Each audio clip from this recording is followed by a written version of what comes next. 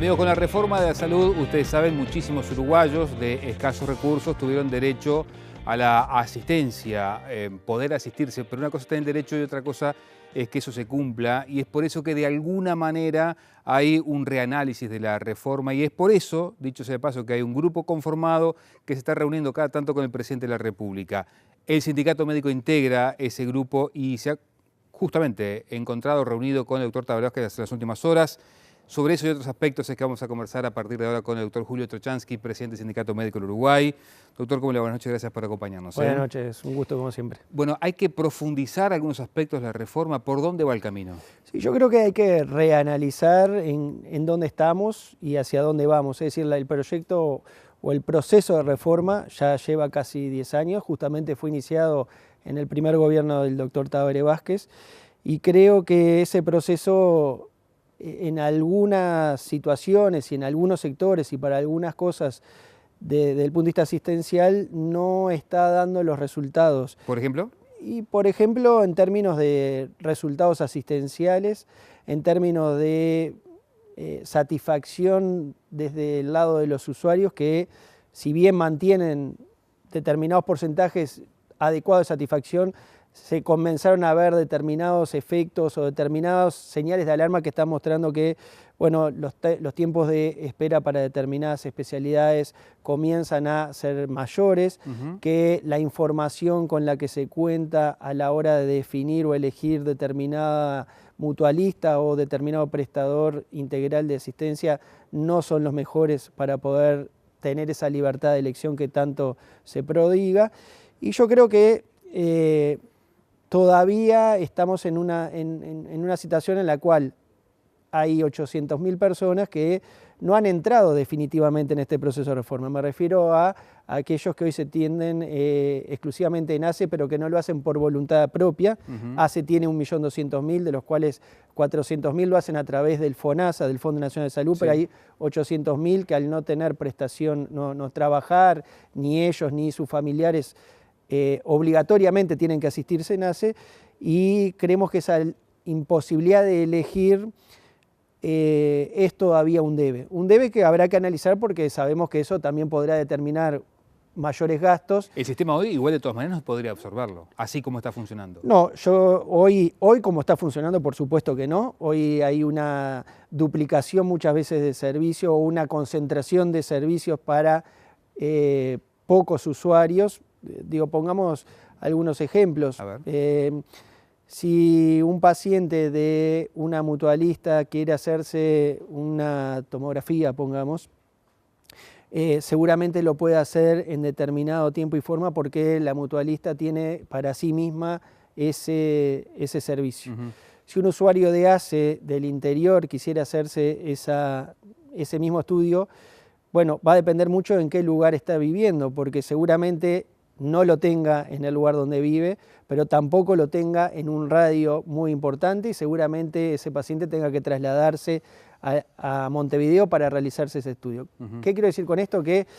Y es uno de los temas justamente que hemos tratado con el presidente de la República en el último encuentro, o uno de los puntos que queremos analizar realmente, conocer exactamente en nuestro país cómo se distribuyen los recursos humanos y los recursos tecnológicos y la infraestructura para poder generar una asistencia de calidad para todos y no duplicar servicios. Es decir, si existe, y volviendo al caso del tomógrafo, si existe una mutualista en el interior que tiene un tomógrafo dentro de sus instalaciones, bien podría prestar sus servicios para todo el sistema, no solo para la mutualista, sino también para los usuarios del sector público y a su vez el sector público prestarle otros servicios que posiblemente la mutualista no tenga, ¿no? Lo que se denomina el mapeo de servicios sanitarios. Digamos. Exacto, estamos tratando de construir ese mapa sanitario, ese conocimiento, tratar de conocer, bueno, dónde están los tomógrafos, dónde están los hospitales de los distintos departamentos, qué capacidad de resolución tienen, cuáles son los recursos humanos, saber si en determinada región faltan determinados especialistas o por el contrario hay un número en demasía de esos especialistas, lo mismo que en el sector de Montevideo y los alrededores, para poder empezar a construir una cosa que es de largo plazo, ¿no? Y Y por ahí va el tema de la discusión con el presidente y los ministros. No los problemas circunstanciales o de todos los días, sino tratar de empezar a generar un proceso asistencial adecuado a lo que tiene el país. Doctor, yo voy a hacer una pregunta que seguramente la gente que nos está mirando seguramente se la haga. ¿Por qué está pasando otra vez que cuando uno va a un centro asistencial o a un mutualista y pide determinada hora con determinado especialista, tiene para dentro de un mes, 2 meses, hasta 3 meses, algo que antes no sucedía? Le pregunto, ¿por qué pasa eso? Y le pregunto si eso se puede solucionar. Sí, tiene varias explicaciones. Y la solución, evidentemente, pasa por atacar cualquiera de esas razones. Pero bueno, en primer lugar, porque cada vez los uruguayos y los habitantes del mundo cada vez vivimos más y cada vez necesitamos más de acceder a servicios asistenciales, tanto del médico general como de especialistas. Por otra parte, lo que decíamos, quizás cada vez los recursos humanos se distribuyen de una forma inhomogénea, distinto de lo que pasaba antes, y por lo tanto se concentran en algunas instituciones y por lo tanto en algunas es más difícil que en otras conseguir especialistas. Por otro lado, también hay conductas de parte del usuario. A ver. Y bueno, por ejemplo, es muy común que haya una preferencia de algunos especialistas por parte de los usuarios y que todos quieran concurrir o al mismo médico internista o al mismo médico... Un tema de confianza con el profesional. Sí, que digamos que en términos generales y del punto de vista asistencial eso no tiene una razón de ser, porque digamos que para la gran mayoría de las patologías que tenemos habitualmente, yo creo que el médico con su conocimiento promedio está capacitado para resolverlo. Y bueno, en aquellos casos que existen cosas que se salen de lo normal, puede ser que tengamos que recurrir a uno de esos médicos que tienen tanto renombre o que los pacientes quieren consultarlo a él. Y por otra parte, existe también a veces una sobredemanda de los especialistas, y con sobredemanda me refiero a que no siempre se necesita ir a un especialista para solucionar una patología.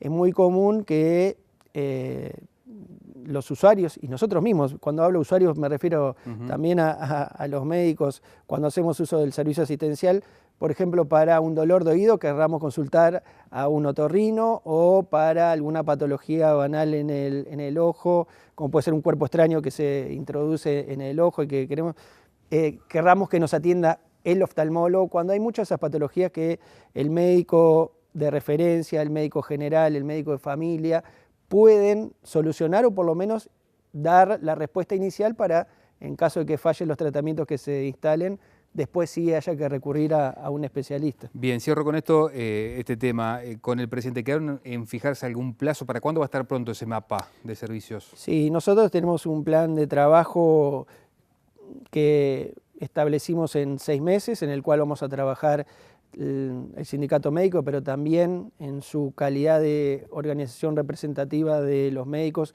con las otras organizaciones médicas. Este es un tema que no tiene que mezclar problemas gremiales o otras cosas que no hagan a mirar el objetivo común, que es el de lograr una buena asistencia, y vamos a trabajar también con los Ministerios de Salud Pública y de Trabajo.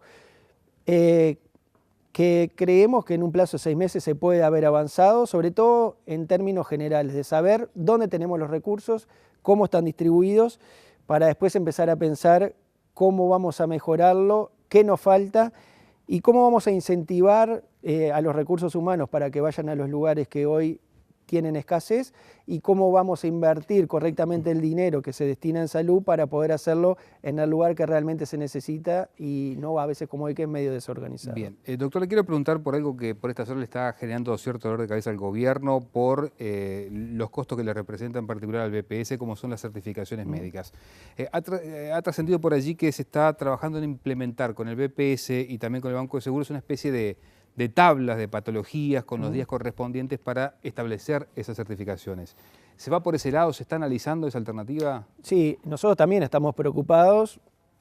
Nosotros estamos convencidos que el 99% de los profesionales médicos actúan con responsabilidad y lo hacen de manera adecuada, pero también sabemos que a veces el formato que hoy se presenta para la certificación puede generar algún tipo de desvío, tanto del usuario como del profesional que actúa en ese momento.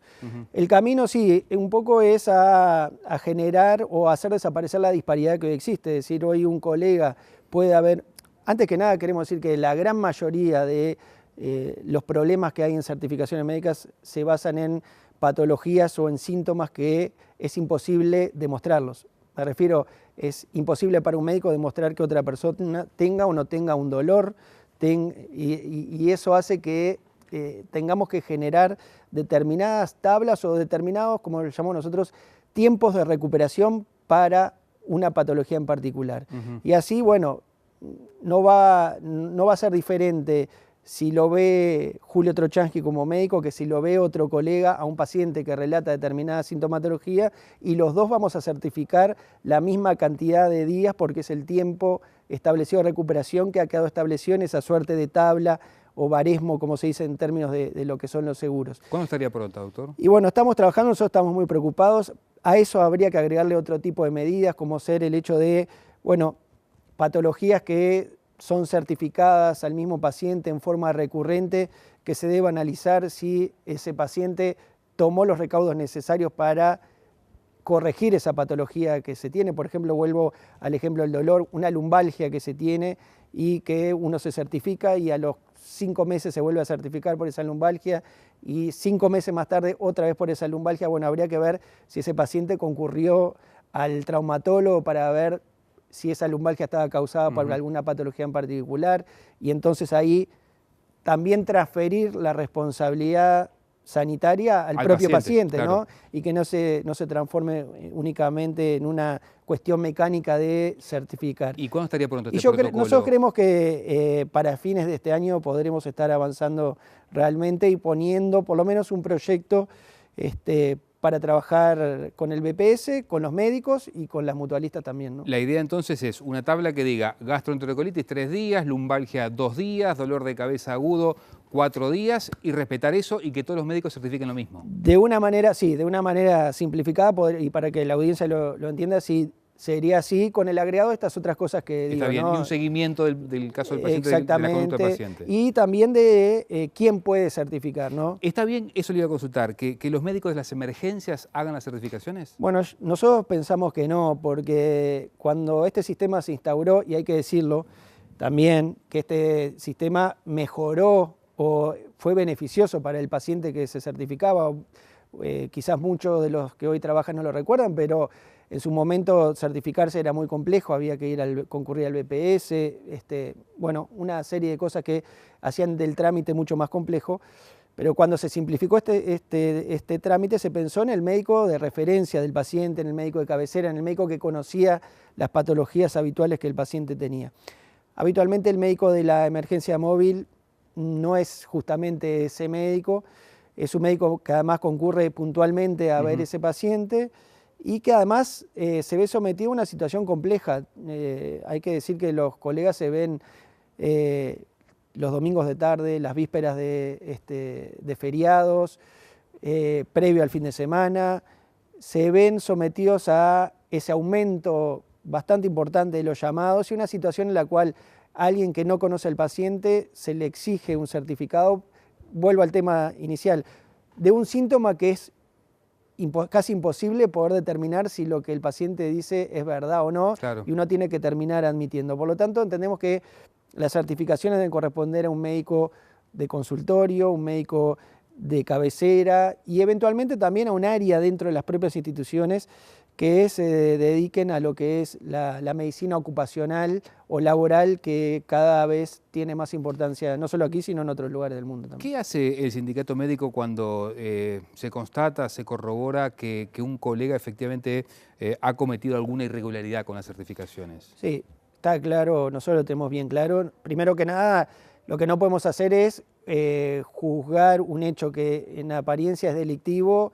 No lo podemos juzgar nosotros porque no somos la justicia. Está clarísimo. Pero si finalmente esos hechos se constatan a nivel judicial, hay un proceso interno también de análisis de la conducta y muchas veces terminan en la expulsión del padrón social de ese médico, sin perjuicio que además hoy en día existe en nuestro país una organización, una entidad o un organismo que es el Colegio Médico del Uruguay, que tiene la capacidad no solo de analizar desde el punto de vista ético la conducta del colega, como lo podría hacer el sindicato médico, sino que además tiene la posibilidad de observarlo o incluso sancionarlo en el ejercicio profesional. Por lo tanto, hay pasos para dar, pero bueno, a veces los tiempos son diferentes, ¿no? Los tiempos de la denuncia o de la aparición pública de estos problemas y los tiempos que efectivamente se toman medidas desde las organizaciones médicas. Está claro, me quedan un par de minutos más y le quiero preguntar qué expectativa tiene usted personalmente o el sindicato médico con el trabajo de la representación de los trabajadores en ACE. En algún momento usted ha dicho que bueno, no debería tener voto en la toma de decisiones, sí, obviamente en el Contralor. ¿Sigue pensando lo mismo? Sí, nosotros seguimos pensando en eso. Creemos que quien representa a los trabajadores dentro de un organismo como es la Administración de Servicios de Salud del Estado no debería tener funciones de gestión, pero bueno, hoy la ley es esa y sobre ella tenemos que trabajar y en ese sentido, bueno, hemos instaurado vías de comunicación con Pablo Cabrera a los efectos de poder trabajar en conjunto con él, de analizar los temas que tengan que ver con el contralor de justamente la gestión del directorio, que es en definitiva quien tiene las responsabilidades, entendemos nosotros, porque tiene las responsabilidades políticas, porque es quien dirige en mayoría ese organismo.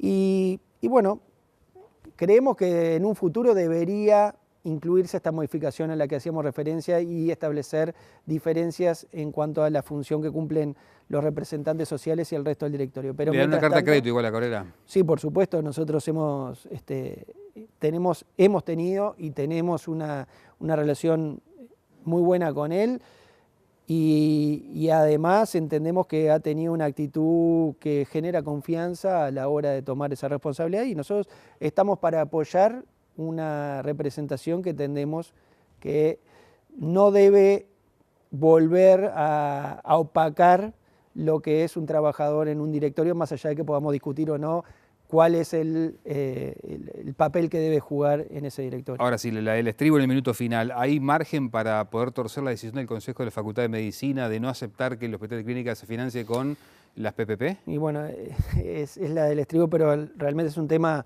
que nos preocupa mucho. Entendemos que la resolución del Consejo de Facultad de Medicina fue una decisión que no va a ayudar o que no ayuda a solucionar los problemas del Hospital de Clínicas, no porque nosotros estemos a favor o en contra de la participación público-privada como vía de salida al Hospital de Clínicas. Lo que estamos en contra es de que no se habilite el estudio de ese mecanismo como forma de solución. Y como siempre, hay una concepción ideológica, que los privados no aporten en lo que es algo de la universidad. Sí, pero ¿sabes una cosa, Alfredo?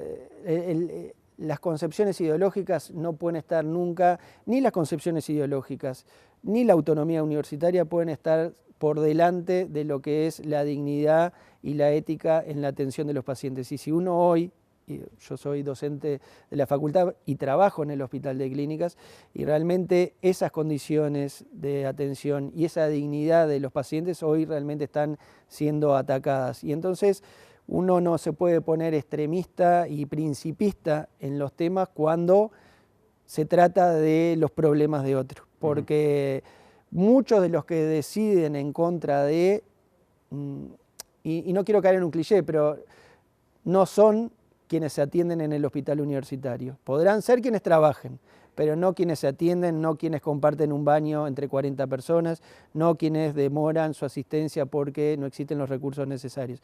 Entonces, yo no digo que las PPP sean la solución, pero digo que analicemos todas las posibilidades. Las PPP son una de las posibilidades. Nosotros del Sindicato Médico estamos tratando y trabajando para ver si ante estas posiciones tan extremas encontramos una alternativa, pero mientras tanto hay que darle a las personas que se atienden ahí y a los que trabajan también una expectativa de que va a haber una solución, porque lo peor que nos puede pasar es que nos quedemos en foja cero y mirando hacia adelante no haya ninguna posibilidad de salida y no haya un mientras tanto, si no eso va a tener consecuencias demasiado caras para todos. Desde la comodidad del Consejo de la Facultad es fácil ponerse principista, dice usted. Digo, yo creo, y creo en las posiciones, o sea, en la honestidad intelectual de todas las posiciones que se presentan, pero creo que un poco hay que analizar también qué consecuencias trae eso y tratar de, por lo menos, explorar las distintas alternativas. Doctor, gracias por acompañarnos. No, por favor. Hacemos una pausa y enseguida, entre otras cosas, vamos a hablar de la inversión de UPM acá en Uruguay. Ya venimos.